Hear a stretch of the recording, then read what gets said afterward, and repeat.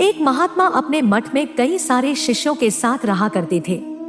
सभी शिष्यों की अभी शिक्षा चल रही थी।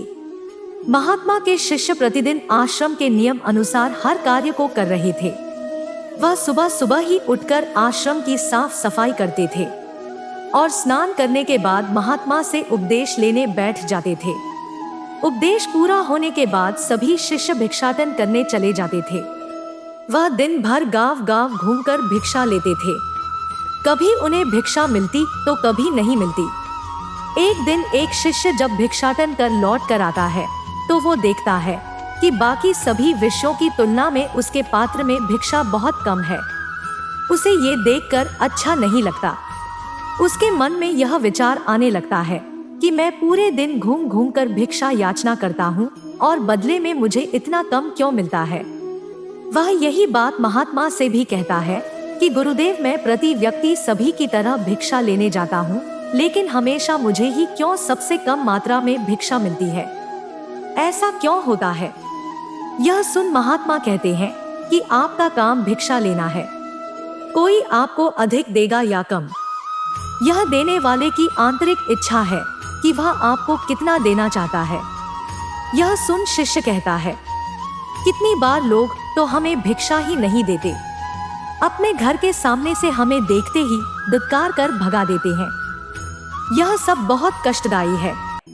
हमें दुख होता है और निराशा के साथ लौटना पड़ता है। यह भी तो गलत है।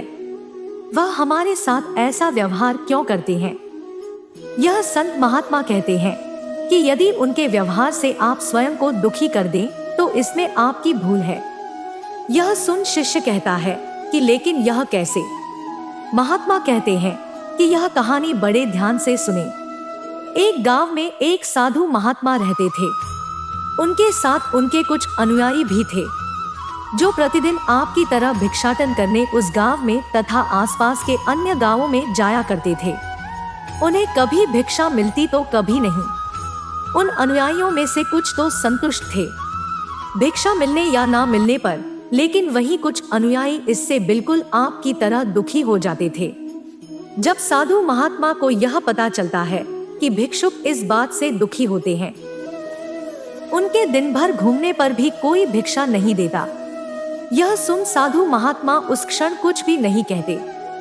अगले दिन जब सभी भिक्षु पुनः भिक्षाटन करने के लिए चले जाते हैं, तब साधु महात्मा आश्रम में रखी एक पुरानी प्रतिमा को लाकर बाहर रख देते हैं।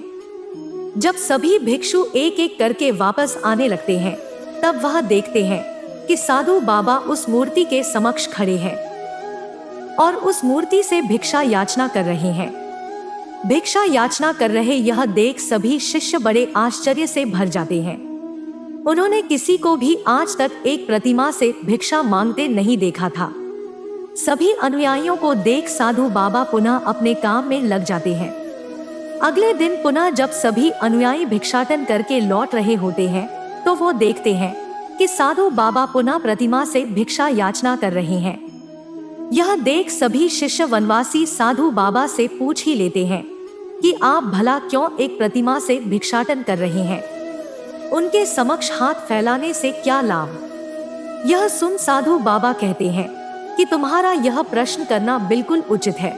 यह सत्य है कि एक प्रतिमा मुझे कुछ नहीं देने वाली, लेकिन तब भी मैं उनसे भिक्षा मांगता हूँ। इसका एक विशेष कारण है। यह सुन अनुयायी पूछते हैं कि उसका कारण क्या है? तब साधु बाबा कहते हैं कि जब आप किसी से भिक्षा लेने जाते हैं, तो यदि वह आपको भिक्षा दे तो आपको खुशी होती है, लेकिन यदि वह आपको भिक्षा नहीं देते तो आप निराश हो जाते हैं। इसका साफ अर्थ यह है कि जब आप भिक्षा लेने जाते हैं तो इस उम्मीद के साथ जाते हैं कि आपको भिक्षा मिले, और जब वो आपको भिक्षा नहीं मिलती तो आप निराश हो जाते हैं। आपकी आशा आपके दुख का कारण बन जाती है।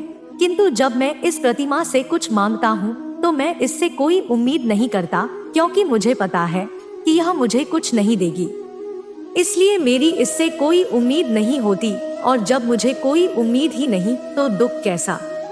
यह बहुत सरल सी बात है।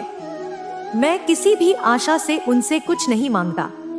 यह मेरा नित्य का अभ्यास कर्म है, क्योंकि मांगने से कुछ नहीं मिलता, यह सोचकर मेरे भीतर धैर्य पैदा होता है। उस धैर्य के कारण ही यदि मैं किसी घर पर भी भिक्षा लेने जाता हूँ और मुझे भिक्षा नहीं मिलती तो मैं दुखी नहीं होता, ना ही मैं भीतर से अशांत होता हूँ। मैं आपको बस यही समझा रहा हूँ कि भिक्षा मांगना आपका कर्म है, जो आपको करना है। आपको केवल अपना कर्म करना है, फल के बारे में नहीं सोचना। यह सब सुनकर साधु बाबा के अनुयायियों को उनकी बात समझ आ जाती है। तब महात्मा अपने सभी शिष्यों से कहते हैं कि आप सभी को भी यह समझना होगा कि जब आप भिक्षाटन करने जाते हैं तो इस धैर्य के साथ जाएं कि कुछ मिले या न मिले, अधिक हो या कम, एक भिक्षु के लिए वह पर्याप्त है। भिक्षु सन्यासी के भीतर हर तरह से संतुष्टता होनी चाहिए, धैर्य होना चाहिए। लोग आपको कितना दे रहे हैं यह मत देखो, बल्कि उन्होंने आपको जो दिया है उसे मन से स्वीकार कर ग्रहण कर ले। आपका पेट भर जाएगा। यही एक सन्यासी का जीवन है। एक सन्यासी को हर चीज, सुख सुविधा, खुशी दुख, लालच लालसा, इन सब का त्याग करके एक बहुत ही साधारण जीवन यापन करना चाहिए। महात्मा की ये बात सुनकर उनके शिष्य उनसे बहुत प्रभावित हो जाते हैं। दोस्तों, जीवन में धैर्य का बड़ा ही महत्व है। किसी लक्ष्य को पाने के लिए आपके अंदर जब धैर्य होता है तो आपको वहां पहुंचने में बड़ी आसानी होती है, क्योंकि आपको पता है कि इस कार्य को करने में मेरे द्वारा किए गए सारे कृत्य मुझे करने ही है, वह मेरा कर्म है और उस लक्ष्य तक पहुंचने में मुझे धैर्य रखना होगा। असली बात धैर्य रखने की है। जो सही कर्म करते हुए धैर्य के साथ लक्ष्य की तरफ बढ़ता चला जाता है तो उसे हर तरह के लक्ष्य की प्राप्ति हो जाती है। दोस्तों, आपने इस वीडियो से क्या सीखा मुझे कमेंट करके बताएं। अगर आपको वीडियो अच्छी लगी हो तो वीडियो को लाइक और चैनल को सब्सक्राइब करें।